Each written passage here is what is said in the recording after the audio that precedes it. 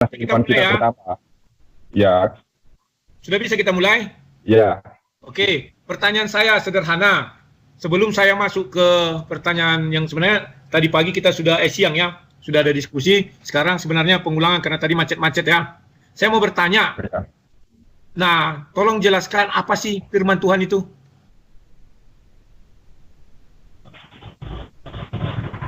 Ini kok berbeda dengan pertanyaan yang tadi siang. Padahal rencananya koneksi buruk beralih ke audio. Ini bagaimana nih, Bang Rudi? Kenapa? Ini tulisannya beralih ke audio. Berarti gambar saya nggak ada. Masih nampak. Kelihatan kok gambarmu. Tulisannya di sini beralih hanya audio. Enggak. Ada kok. Gambarku ada di tempatmu kan? Ya. Ini pembahasan yang pernah disampaikan oleh Bang Rudi kepada Om Jul, ya, Zulkifli M. Abbas kan. Udah, saya tahu ini. Udah. Kita membahas penting sekali itu dulu. Aku penting sekali karena begini, ketika aku debat dengan si Jul, dia kan tidak bisa menjawab. Ya. Istilahnya jawabannya itu ngambang gitu kan. Ya. Sekarang aku penting sekali mempertanyakan ini. Karena aku ingin nanti menggali apakah benar Nabi Muhammad pernah mendapatkan firman Allah. Sekarang aku tanya, apakah firman Allah itu? Iya. Firman Allah. Firman Allah itu ya perkataan Allah. Oke, perkataan Allah ya. Nah, sekarang Nabi Muhammad katanya menerima firman Allah kan dan wahyu. Ya. Apakah wahyu sama dengan firman Allah? Firman Allah ya. Ya, dengan wahyu. Apakah wahyu sama dengan firman Allah? Ya, wahyu itu adalah firman Allah. Oke, nah sekarang Nabi Muhammad mendapat firman Allah dari Allah langsung atau dari Jibril semuanya? Tergantung. Ini kalau kita mendefinisikan Al-Quran, maka melalui malaikat Gabriel. Sedangkan kalau dalam konteks lain ya tidak serta-merta harus melalui malaikat Gabriel. Jadi harus kita ini dulu, kita membahas Al-Quran, ya firman Allah yang dimaksud Al-Quran atau firman Allah yang lain. Loh, memang ada berapa firman Allah ya? Saya tahu aku firman Allah itu adalah suara Allah. Ya, jadi firman Allah perkataan Allah kan. Jadi perkataan Allah yang disampaikan kepada Nabi Muhammad SAW melalui perantara malaikat Gabriel, Al-Quran namanya. Ya. Sedangkan firman Allah yang langsung disampaikan kepada Nabi Muhammad SAW tanpa satupun melalui perantara itu bisa hadis qudsi. Gitu. Hadis qudsi itu kan dengarkan saya terlebih dahulu. Hadis qudsi itu kan firman Allah yang disampaikan kepada Nabi Muhammad SAW, baik terjaga ataupun tidak terjaga. Akan tetapi narasi dan redaksinya itu dari Nabi Muhammad SAW. Misal ya, Nabi Muhammad SAW sedang tidur, kemudian wahyu Allah, firman Allah turun kepadanya, ya. Maka ketika Rasulullah SAW menyampaikan, itu namanya hadis qudsi, karena redaksinya, pemaknaannya dari Nabi Muhammad SAW. Contoh nih, kan Nabi Muhammad bertemu waktu waktu Mi'raj, dia kan ke langit ke-7. Isra dan Mi'raj, ya. Iya, waktu Mi'raj kan ke langit. Isra kan dari Baitul. Kenapa? Isra dan Mi'raj. Iya, Mi'raj, ya kan? Nah, waktu naik ke langit ke-7, di situ dikatakan bahwa di hadis riwayat Muslim 162 sampai 168 itu ya, di situ dikatakan bahwa Nabi Muhammad bertemu dengan Allah mengenai waktu sholat dari 50 kali menjadi 5 kali. Ya kan? Nah, pertanyaan saya, apakah di situ Allah berbicara langsung kepada Nabi Muhammad atau Nabi Muhammad dapat mimpi atau Jibril? Bagaimana? Coba jelaskan. Malaikat Nabi Muhammad SAW ketika naik ke Sidratul Muntaha, maka dia berbicara langsung dengan Allah Subhanahu wa Ta'ala. Akan tetapi kisah ini kan tidak termuat di dalam Al-Quran kan, padahal sama-sama firman Tuhan. Adanya di dalam hadis, karena ini bukan Al-Quran. Ya, berarti boleh saya katakan, sebentar. Paham berarti di sini. Jadi firman, berarti boleh saya katakan, sebentar dulu. Berarti boleh saya katakan bahwa firman Tuhan yang sesungguhnya itu di hadis, yang langsung Tuhan berbicara. Sementara yang di Al-Quran adalah firman Tuhan yang disampaikan oleh Jibril. Artinya Jibril yang berbicara. Bukan seperti itu. Sama-sama keduanya itu adalah firman Tuhan. Ya, Al-Quran namanya.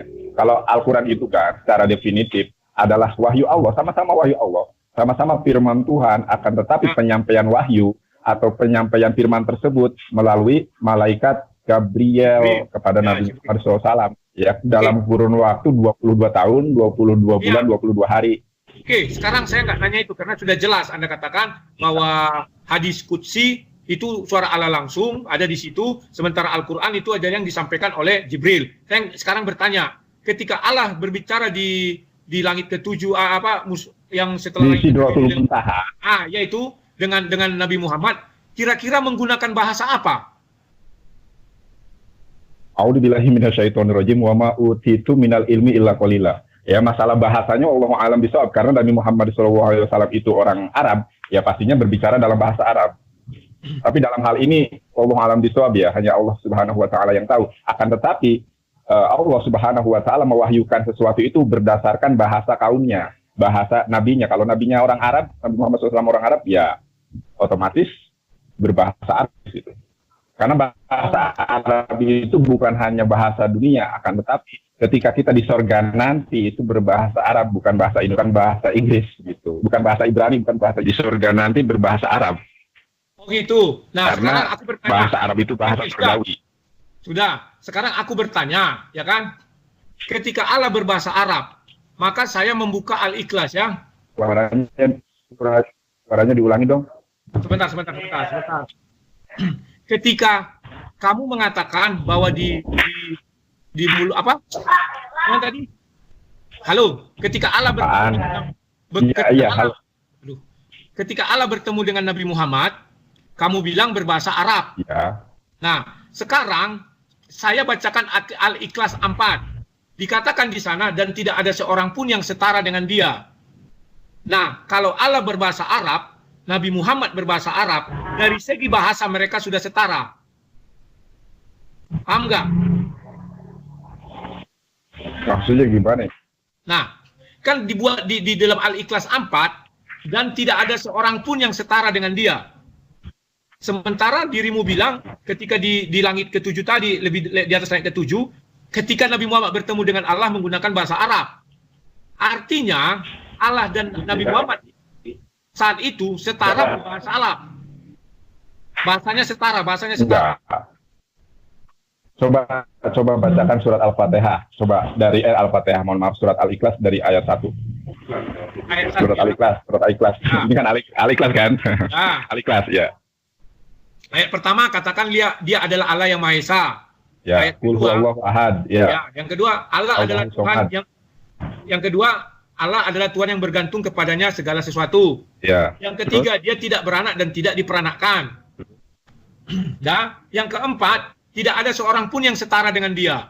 Ternyata ketika Allah berbicara kepada Nabi Muhammad dalam bahasa Arab, artinya semua orang Arab, bukan hanya Nabi Muhammad, dalam bahasa, ingat dalam bahasa ya, setara dengan Allah sehingga Nabi Muhammad bisa mengerti ucapan Allah SWT.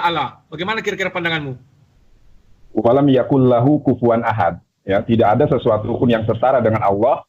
Bahkan di dalam firman Tuhan yang lain, firman Tuhan katakan, a'udzubillahi minasyaitonirrajim, laisa kamitslihi syai'un. Tidak ada sesuatu pun yang setara dengan Allah Subhanahu wa taala. Ya, sebelum saya menjawab, saya tanya balik, ya, sesuai dengan pemahaman Bang Rudi. Yang dimaksud setara di sini itu apanya? Begini, kalau dari segi bahasa, sebentar, si Nandar bahasa Indonesia, saya bahasa Indonesia, maka kita setara dalam segi bahasa.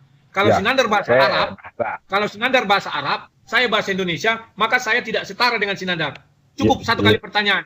Saya itu kan harus menjawab, jangan bertanya lagi. Yang dimaksud, saya paham. Yang dimaksud di dalam surat Al-Ikhlas ayat keempat itu ya, tidak ada sesuatu pun yang setara yang sama dengan dia, itu zatnya, kekuasaannya. Akan tetapi kalau persamaan yang dimaksud ketika Allah berbicara ya, berfirman kepada Nabi Muhammad SAW di Sidratul Muntaha, kira-kira setara apanya? Bahasa kan, bukan zatnya, bukan kekuasaannya, bahasanya. Kenapa Allah Subhanahu wa taala berfirman kepada Nabi Muhammad SAW itu bahasa Arab? Karena Nabi Muhammad SAW orang Arab. Tidak mungkin Nabi Muhammad, Allah Subhanahu wa taala berbicara kepada Nabi Muhammad dalam bahasa Sunda, misalnya saya orang Sunda. Berbicara sebentar. Kalau yang saya tangkap, sebentar, gantian dong. Sebentar. Kalau yang saya tangkap, sudah selesai. Kamu panjang-panjang kali menguraikan, saya sudah tahu maksudnya. Sebentar. Kalau yang saya tangkap begini, Allah itu tinggal di ars, di arsia. Artinya Allah menggunakan bahasa ars, bahasa arsi. Artinya Allah itu adalah zat. Maka ketika Allah berbicara kepada Rohul Kudus atau Jibril, Allah menggunakan bahasa zat atau bahasa Allah atau bahasa ars. Nah, tetapi Jibril mengerti. Demikian juga ketika Allah berbicara kepada Nabi Muhammad, Allah tidak menggunakan bahasa Arab, tetapi Nabi Muhammad mengerti. Karena dia kan Allah.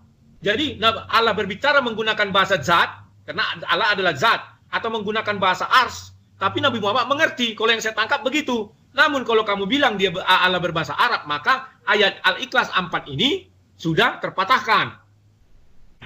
Tidak, jadi laisa kamitslihi syai'un, ya tidak ada sesuatu pun yang setara dengan Allah. Walam yalid surat Al-Ikhlas itu qul huwallahu ahad Allahu samad lam yalid walam yulad walam yakul lahu kufuwan ahad. Tidak ada yang setara. Bentar dulu ya. Tidak ada yang setara dengan Allah. Tidak ada yang setara dengan Allah. Baik rupanya, karena kenapa? Laisa kamitslihi syai'un. Ya tidak ada sesuatu pun yang serupa dengan dia. Tidak ada sesuatu pun yang semisal dia. Saya bisa menerima pendapat Bang Rudi bahwasanya bentar dulu. Bahwasanya memang Al-Quran itu sebenarnya Al-Quran itu bersumber dari Lauhul Mahfuz, Baitul Izzah ya, sumbernya dari sana. Allah itu menurunkan Al-Quran dengan berbahasa Arab itu agar manusia itu mengerti gitu kan, dan bahasa Arab itu bahasa yang paling mudah dipahami dan bahasa yang luar biasa. Itu bahasa Arab. Sudah paham saya. Ada pun yang menyampaikan. Ya. Jibril menyampaikan dalam bahasa apapun, Nabi Muhammad tetap tahu. Cuma Nabi Muhammad karena berbahasa Arab, maka Nabi Muhammad mengucapkannya kepada bangsanya dalam bahasa Arab. Menurut saya demikian. Ya, betul. Nah, artinya bahwa Allah berbicara kepada Nabi Muhammad tidak pakai bahasa Arab. Karena kalau pakai bahasa Arab, dari segi bahasa Arab, Al-Ikhlas 4 sudah runtuh. Kenapa runtuh? Berarti ada kesetaraan bahasa. Kalau menurut saya, Allah berbicara bahasa zat atau berbicara bahasa ars. Tetapi Nabi Muhammad mengerti dan menyampaikan kepada umatnya dalam bahasa Arab. Kan demikian kan? Betul. Jadi kan tadi saya mengatakan Bang Rudi, tadi di awal kan saya mengatakan wama utitu minal ilmi illa qalila. Kamu tidak diberi ilmu kecuali melainkan sedikit, iya kan? Makanya saya tadi di awal berbicara bahwa ketika Nabi Muhammad SAW bertemu dengan Allah, bisa saja dia dalam berbahasa Arab pemaknaannya. Tetapi esensi dan hakikatnya Subhanahu wa Ta'ala berbicara kepada Nabi Muhammad SAW di Sidratul Muntaha dengan memakai bahasa Arab atau bahasa seperti yang Bang Rudi katakan kesetaraan dengan bahasa apa, tapi nama salam mesti Allahu a'lam bishawab. Ya, karena saya tadi sudah mengatakan wa ma utitu minal ilmi illa qalila. Ya tidaklah kamu diberikan ilmu kecuali dengan sedikit sekali. Bentar dulu. Itu bukan bisa kita bilang Allahu a'lam, tetapi secara fakta ya demikian. Karena ada ayat di Al-Ikhlas 4 mengatakan tidak ada yang setara dalam hal apapun. Kalau Allah berbahasa Arab artinya setara dalam segi bahasa. Artinya saya mengerti bahasa Tuhan. Arab. Artinya seluruh orang Arab mengerti bahasa Tuhan. Sementara di sini yang mengerti cuma Nabi Muhammad, dan Nabi Muhammad lah yang menyampaikan kepada umatnya dalam bahasa Arab karena Nabi Muhammad berada di tengah-tengah bangsa Arab. Nah, ini pengetahuan tambahan bagi kalian yang saya ungkapkan malam ini. Bahwa Allah berbahasa zat, karena Allah adalah zat. Atau berbahasa ars, karena Allah adalah di ars. Tetapi apapun bahasa Allah, manusia mengerti karena dia maha kuasa. Nah, kemudian, saya tambahin dulu. Sebentar. Nah, sekarang dirimu bilang bahwa bahasa Arab itu, bahasa surga adalah bahasa Arab. Coba kita buka. Tadi dirimu bilang bahwa bahasa di surga adalah bahasa Arab. Bahasa surgawi. Ya kan? Nah, coba kita buka surah 28 ayat 32. Surah 28 coba buka sendiri, saya nggak bawa Al-Quran. Ya, sebentar. Surah 28 Al-Aqsa, apa ini? Bentar ya. Surat apa ini? Surah 28 ayat berapa? 28 Al-Qisas. Ayat 30 ya. Al-Qasas ya. Maaf ya kalau saya salah sebut karena saya kan bahasa Arabnya memang kacau. Saya bacakan ya. Maka tatkala Musa sampai ke tempat api itu, diserulah dari arah pinggir lembah yang sebelah kanannya pada tempat yang diberkahi dari sebatang pohon kayu, yaitu ya Musa, sesungguhnya aku adalah Allah, Tuhan semesta alam. Halo? Iya, halo. Nah, ya. Tapi taruh ada panggilan. Oke. Ditolak aja. Ya. Masih ada gambar saya di situ. Ada gambar tapi diam. Hidupkan lagi apanya. Matikan dulu. Tolak dulu apa tadi itu telepon orang itu.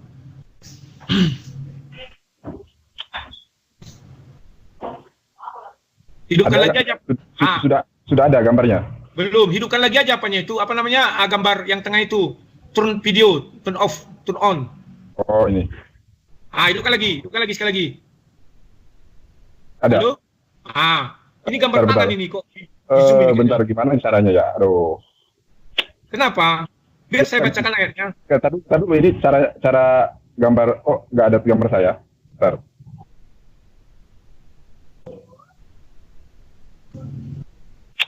Ganggu aja nih. Nah, udah ya. Udah ada. Ya. Gambarku udah ada. Tadi surat Al-Qasas ayat 30. Gambarku sudah ada. Ya, udah. Gambarku udah ada. Oke. Sekarang surat Al-Qisas 30 ya. Qisas. Surat. Nah, dari maka tatkala Musa sampai ke tempat api itu, diserulah dari arah pinggir lembah yang sebelah kanannya pada tempat yang diberkahi dari sebatang pohon kayu, yaitu, ya Musa, sesungguhnya aku adalah Allah Tuhan semesta alam. Yang mau saya tanyakan di situ, ketika Allah berbicara sama Musa, itu kira-kira bahasa apa? Allah Subhanahu wa taala berbicara itu kan dengan bahasa kaumnya. Nah, atau atau dalam masalah ini, halo. Bahasa kaumnya, ya, betul. Berarti saat itu Musa adalah orang Yahudi. Iya, firman Tuhan. Iya, firman Tuhan itu kan apalagi dalam hal ini Musa kan bercakap-cakap dengan Allah Subhanahu wa taala kan? Ya. Iya. Nah, berarti bahasa Ibrani kan, bukan bahasa Arab kan? Iya. Berarti bahasa Ibrani. Surgawi. Nah, sekarang bahasa surgawi itu bahasa Ibrani atau bahasa Arab? Karena sama-sama Nabi. Bahasa Arab karena tidak ada nas ya, baik di dalam Al-Quran maupun hadis bahwa bahasa surgawi itu adalah bahasa Ibrani. Justru tertulis bahasa surgawi itu bahasa yang digunakan oleh penduduk surga nanti ya. Kalau Bang Rudi mau mengatakan kayak ini, silakan cari hadisnya, ya silakan cari Al-Qurannya. Ya, adapun di dalam surat Al-Qasas ayat ke-30 itu kan berbicara tentang Allah Subhanahu wa taala bagaimana ia bercakap-cakap dengan Nabi Musa. Iya, makanya saya bilang, bukankah Nabi Muhammad mengatakan bahasa surga itu, dirimu tadi mengatakan bahasa surga bahasa Arab, karena Nabi Muhammad berbahasa Arab. Bukan diri saya, akan tetapi menurut Nabi Muhammad SAW di dalam sebuah hadis. Oke, hadis ya. Nah sekarang, Nabi Musa itu berbahasa Ibrani atau bahasa Yahudi. Apakah di surga nanti orang Nabi Musa berubah bahasa dari Yahudi Ibrani menjadi bahasa Arab? Halo. Ya. Halo. Ya, halo. Jadi yang mau saya tanyakan begini. Yang mau saya tanyakan begini. Allah berbincang-bincang dengan Nabi Musa dengan bahasa Ibrani, ya kan? Atau Aram lah kita bilang. Nah, apakah nanti di surga, jikalau itu bahasa Arab, Nabi Musa kan tidak bisa bahasa Arab. Sama-sama Nabi loh ini. Ya. Kenapa Allah menetapkan bahasa surga itu menjadi bahasa Arab, bukan bahasa Ibrani? Karena mulai dari nabi-nabi 24 nabi itu semua berbahasa Ibrani, cuma Nabi Muhammad yang berbahasa Arab. Andai kata diambil voting, maka yang menang itu adalah bahasa Ibrani, bukan bahasa Arab. Ya. Masalahnya Bang Rudi, ini bukan masalah voting atau tidak, ini adalah masalah pewahyuan, ya kan? Kan tadi di awal pada perdebatan kita di siang hari itu saya telah mengatakan bahwa wama yang siku anil hawa in huwa ila wahyu yuha. Ya adalah apa yang disampaikan oleh Nabi Muhammad SAW itu kecuali atas dasar wahyu Allah, ya, atas dasar petunjuk wahyu Allah Subhanahu wa taala, firman Allah gitu kan yang disampaikan pada Nabi Muhammad SAW. Nabi Muhammad SAW mengatakan bahwasanya bahasa surgawi, bahasa di surga itu bahasa Arab, ya. Gitu. Tidak karena voting, itu sudah kehendak Allah Subhanahu wa taala. Karena kami bentar dulu, karena kami gini di Bang Rudi, ya. Bang Rudi kan bertanya tentang Islam, maka saya jawab dalam perspektif Islam, ya. Meskipun tadi Bang Rudi mengaitkan bahwa ketika Allah Subhanahu wa taala bercakap-cakap dengan Musa, ya, walaupun ketika itu Allah Subhanahu wa taala bercakap-cakap dengan Nabi Musa alaihissalam bahasa Ibrani, akan tetapi bahasa surgawi itu tetap bahasa surga. Saya sudah tahu, ya, mau Anda orang Batak, mau ada orang Sunda, mau Anda orang Jawa, mau ada orang Yunani, Ibrani dan lain sebagainya, di surga itu nanti adalah bahasa Arab. Ya. Nah, masalah sekarang saya tanyakan. Biar selesai dulu. Nah, itu sudah saya mengerti. Sekarang begini. Anda kan sudah tahu hadis riwayat Muslim 162 ketika Mi'raj ke langit 1 sampai langit 7. Semua isi daripada langit 1 sampai langit 7 ada 8 nabi. Ke-8 nabi itu adalah berbahasa Arab. Lah, bagaimana Anda mengatakan bahwa nanti bahasa di surga adalah bahasa Arab, sedangkan pengisi surga sekarang itu 8 nabi menggunakan bahasa Arab? Nggak ada. Jadi manusia saat ini tidak ada. Bang Rudi, saya katakan ya, saat ini tidak ada orang yang memasuki surga, karena surga itu nanti dimasuki setelah yaumul hisab, setelah hari akhir, ya. Bahkan yang pertama kali, bentar, dengarkan saya dulu. Bahkan yang pertama kali, ya, yang pertama kali memasuki surga itu Nabi Muhammad SAW. Tidak ada seorang pun, tidak ada seorang nabi pun, tidak ada seorang manusia pun yang memasuki surga kecuali Nabi Muhammad SAW. Terlebih dahulu menginjakan kakinya, memasukkan tubuhnya ke dalam surga. Adapun saat ini tidak ada satupun manusia yang ada di surga. Nabi Isa alaihissalam di langit ketiga atau kedua, dan nabi-nabi yang lainnya. Sekarang saya bilang ya, coba lihat para ustadz-ustadz, para ulama-ulama mengatakan bahwa di surga sudah ada orang surga tingkat 1 sampai tingkat ke-7. Ya kan? Bahwa di tingkat pertama itu Adam, di tingkat kedua itu Isa sama Yahya, tingkat ketiga Nggak ada. Kalau Bang Rudi bisa membuktikannya, ya, silakan buktikan di sini. Ada tidak? Nggak ada. Bang Rudi. Saya itu sekian semester belajar ulumul hadis, mustalah al hadis. Berarti Anda menolak bahwa langit pertama sampai ke 7 itu bukan surga. Bukan surga. Kenapa? Karena orang yang pertama kali memasuki surga itu adalah Nabi Muhammad SAW, dan surga itu nanti diperuntukkan orang-orang setelah melewati jembatan Siratul Mustaqim. Para nabi pun melewati jembatan tersebut. Ada hisab namanya. Ada orang itu yang masuk surga tanpa melalui hisab, ya. Dan pertama, disitulah nanti ada namanya syafaatul kubro, ya, juru selamat yang paling besar adalah Nabi Muhammad SAW. Sedangkan Yeshua HaMashiach akan menjadi juru selamat bagi ke-12 Bani Israel di hari akhir sesuai dengan kitab Wahyu. Kamu mengatakan yang pertama, kamu mengatakan yang pertama masuk surga adalah Nabi Muhammad. Di mana itu tertulis? Di dalam sebuah hadis riwayat Muslim. Sahih. Oke, di dalam sebuah hadis. Nah, hadis itu kamu bilang tadi wahyu dari Allah.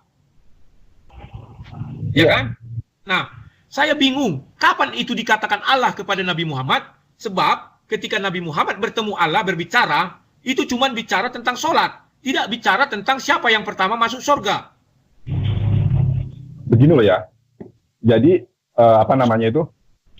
hadis yang mengatakan bahwa Nabi Muhammad SAW itu adalah...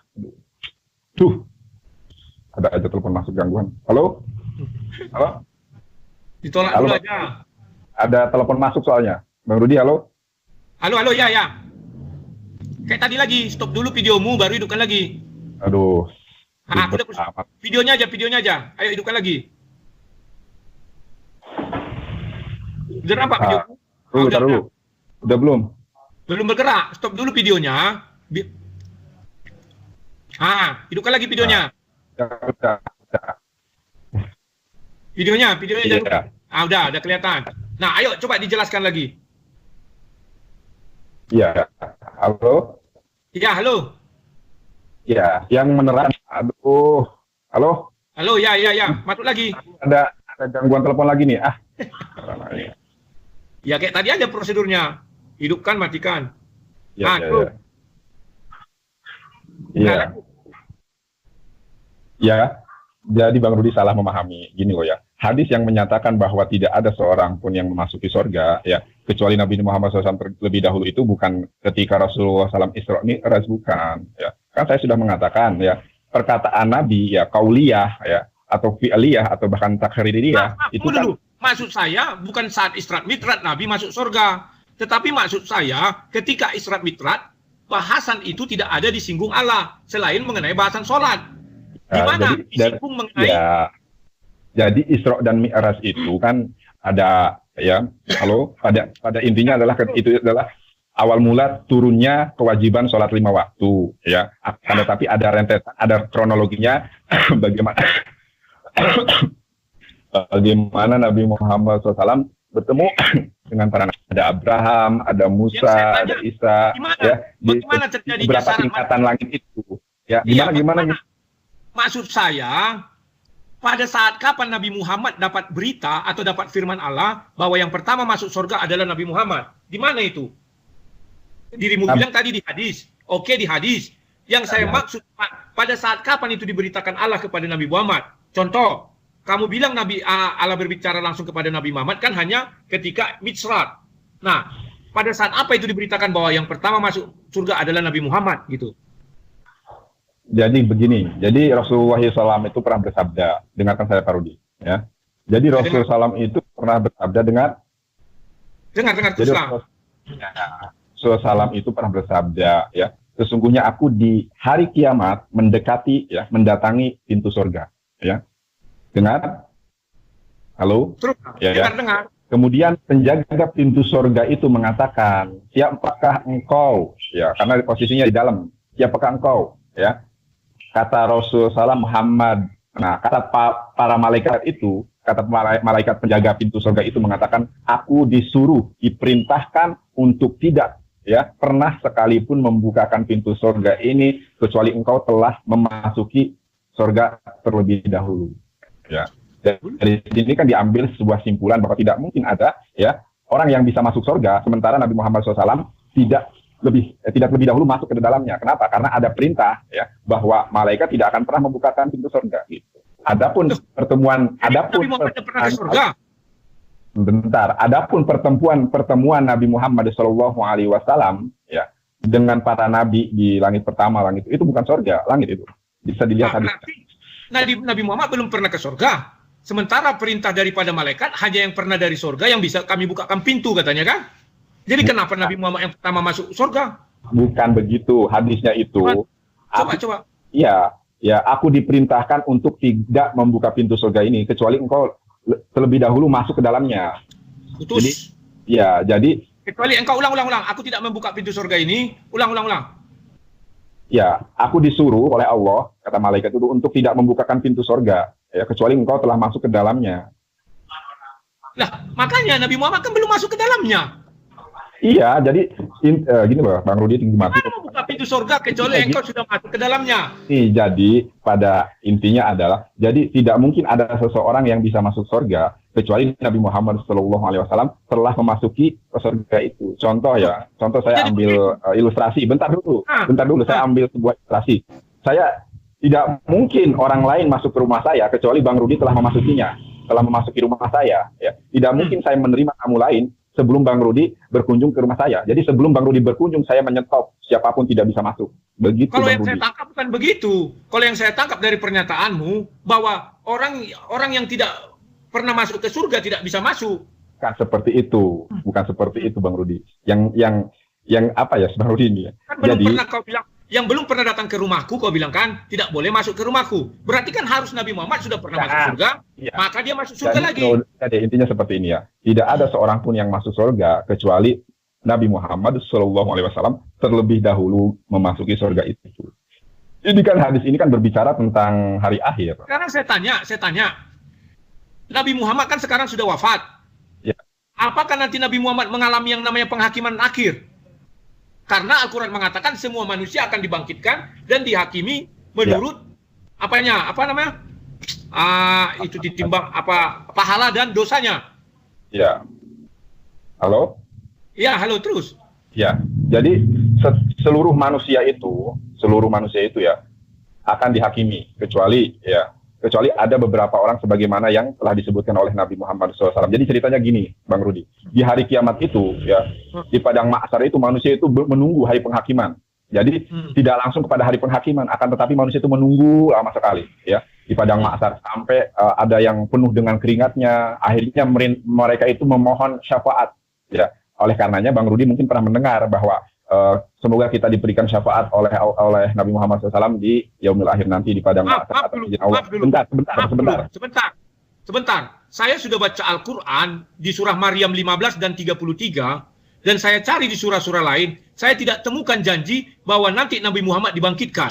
Di surah Maryam 33 dan surah Maryam 15 dan 33 hanya Yahya dengan Nabi Isa yang akan dibangkitkan. Nabi Muhammad tidak ada. Salah. Loh, itu yang dibuat di Maryam yang tertulis langsung. Begini. Tetapi memang dibilang pada hari akhir seluruh manusia akan dibangkitkan. Ya, saya paham. Ya. Jadi gini loh ya. Jangan kita itu memahami Al-Quran dalam perspektif Alkitab, nggak nyambung. Kalau Bang Rudi bertanya kepada saya tentang Al-Quran, maka kita lihat perspektif. Jalan ke surga. Ya, bertanya kepada saya. Sebentar. Nabi Muhammad kan sekarang sudah wafat kan? Nah, jalan ke surga kan harus dibangkitkan. Ya. Nah, yang dibangkitkan pertama sekali karena ada karena ada tertulis di Al-Qur'an yang bangkit pertama sekali itu yang sudah dijanjikan bangkit hanya Yahya dan Nabi Isa. Coba lihat apa namanya itu suratnya. Maryam 15 sama 33. Nah, coba lihat ayatnya bagaimana. Kubaca Maryam sebentar 15. Sebentar. Kelewat. Sebentar ya, saya bacakan ya. Nah, Maryam 15. Kesejahteraan atas dirinya pada hari ia dilahirkan dan pada hari ia meninggal dan pada hari ia dibangkitkan hidup kembali. Artinya, Yahya itu dijanjikan akan dibangkitkan secara pribadi loh, bukan bersama-sama dengan yang lain. Demikian juga Maryam 33, isinya sama tetapi untuk Nabi Isa. Sebentar, 33 ya. Sebentar ya. Sok. Nah, ini 33 saya bacakan. Dan kesejahteraan semoga dilimpahkan kepadaku pada hari aku dilahirkan, pada hari aku meninggal, dan pada hari aku dibangkitkan hidup kembali. Itulah sebabnya Nabi Isa dan Yahya berada di langit yang sama, langit kedua. Ya, jadi yang saya lihat dari ayat itu, yang sungguh-sungguh dijanjikan bangkit pertama kali Yahya, kemudian Isa. Sementara sementara nabi-nabi lain akan dibangkitkan bersama-sama orang yang mati. Enggak, salah. Ya, yang pertama kali dibangkitkan itu bukan Nabi Isa, bukan Nabi Yahya, bukan. Siapa? Karena kenapa? Ya, saat ini saya sebagai pribadi meyakini bahwa Nabi Isa alaihissalam itu kan masih di langit ketiga, ya, di langit ketiga. Langit ketiga, ya. Oke lah, langit kedua. Saya lupa. Dengan Yahya. Nggak ada. Kalau nggak salah itu langit ketiga. Ya, kecuali Bang Rudi meralat saya. Tar dulu, stop dulu. Ya, Nabi Isa itu sekarang kan berada di langit ketiga. Kedua, ya. 3 itu Yusuf. Oke lah. 3 Yusuf, 4 Idris, 5 Musa, 6 Harun, 7 Ibrahim. Oke lah. Langit ketiga ya, kecuali Bang Rudi bisa menampilkan nanti referensinya di video ini ya, yang menunjukkan bahwa Yesus Hamasi itu di langit kedua. Oke.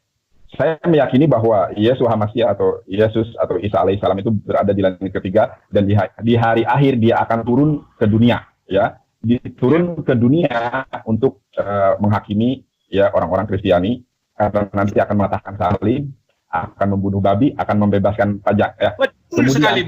Kemudian singkat cerita,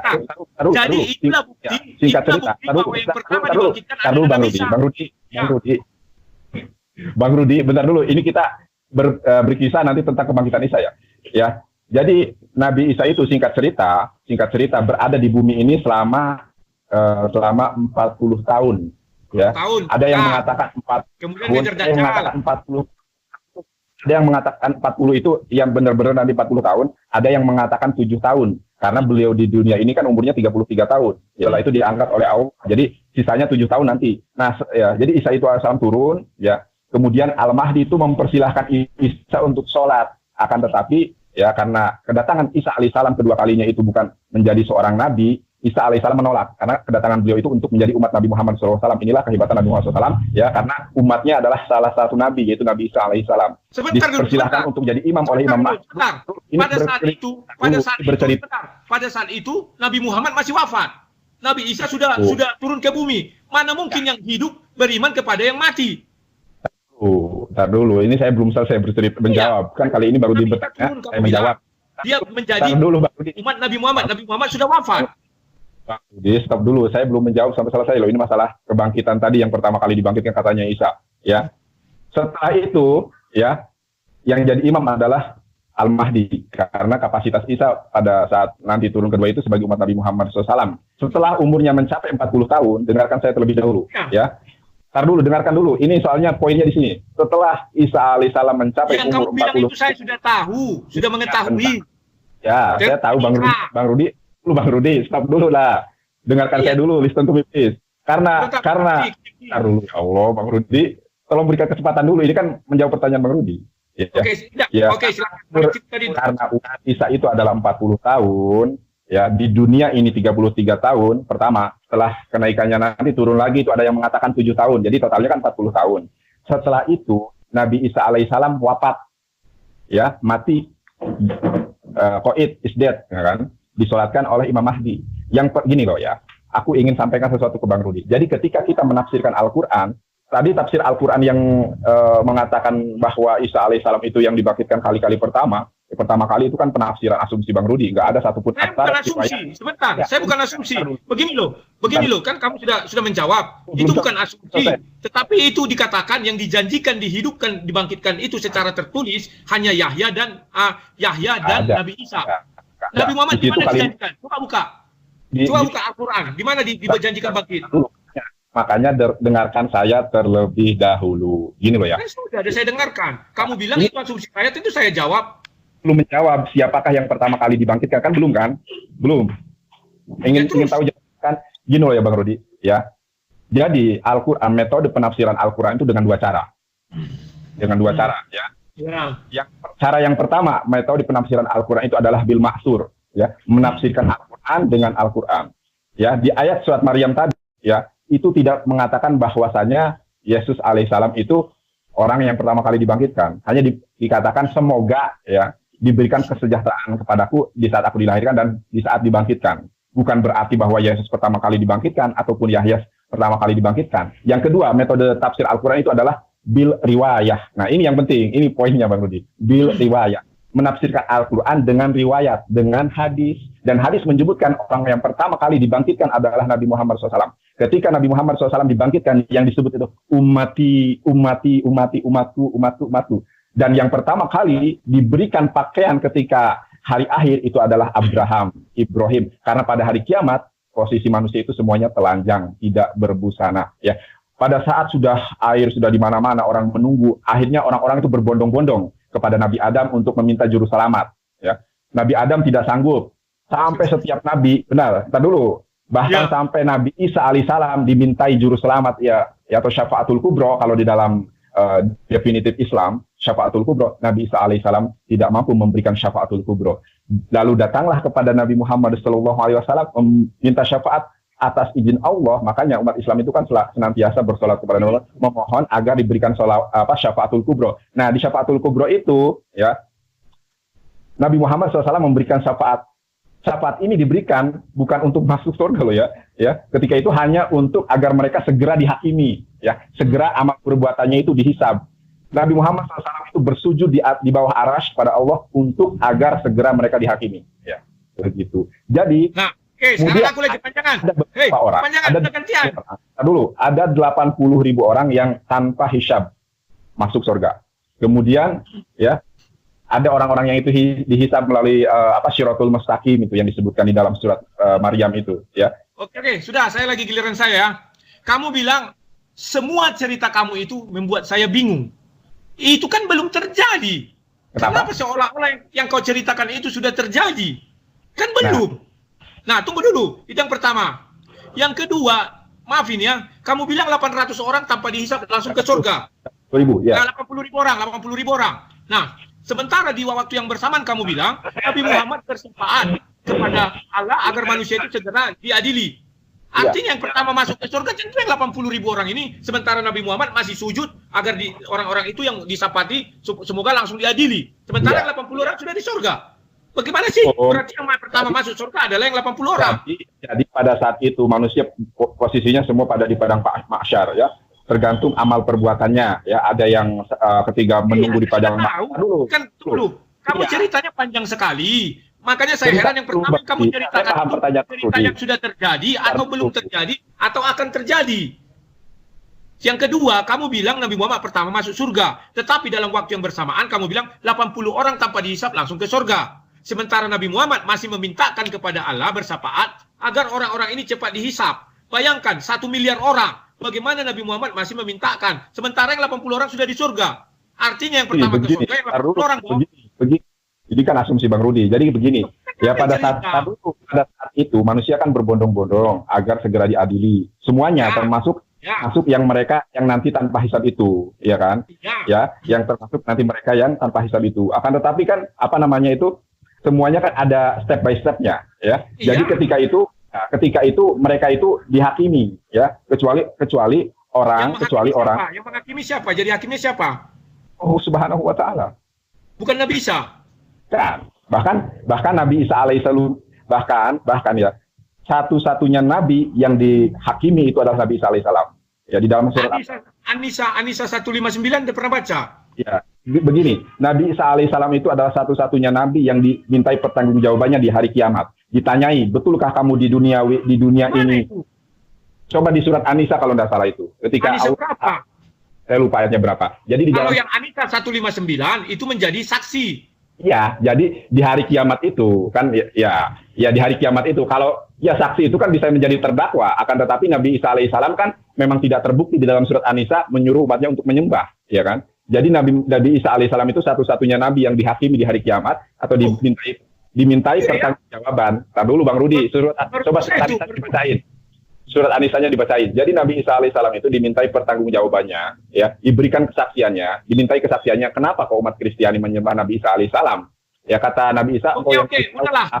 Aku tidak. Saya makin melihatnya ini sulit memahami karena ayat-ayatnya atau hadis-hadisnya semua yang kamu ceritakan itu adalah seolah-olah peristiwa yang sudah terjadi, padahal akan terjadi jikalau satu saat hilang. Halo? Ya. Gini loh ya. Oke lah, sudahlah. Puas tidak puas, kita sudah 1 jam, sudah 50 menit, sama seperti kemarin kamu juga bertanya kepada saya 50 menit. Ini, halo, sinyalnya putus lagi. Penutupan. Ya, silakan tutuplah. Penutupan. Jadi silakan. apa yang diceritakan Nabi Muhammad SAW itu kan nubuat, ya. Nubuat itu perkataan Nabi tentang sesuatu yang akan terjadi. Begini loh, gitu ya. Yang akan terjadi. Itu kan firman Tuhan. Nubuat itu perkataan Nabi tentang sesuatu yang akan terjadi. Bisa firman Tuhan. Ini kan ultimatum, ya. Ini kata-kata penutup, ya. Bentar dulu, ya. Jadi perkataan Nabi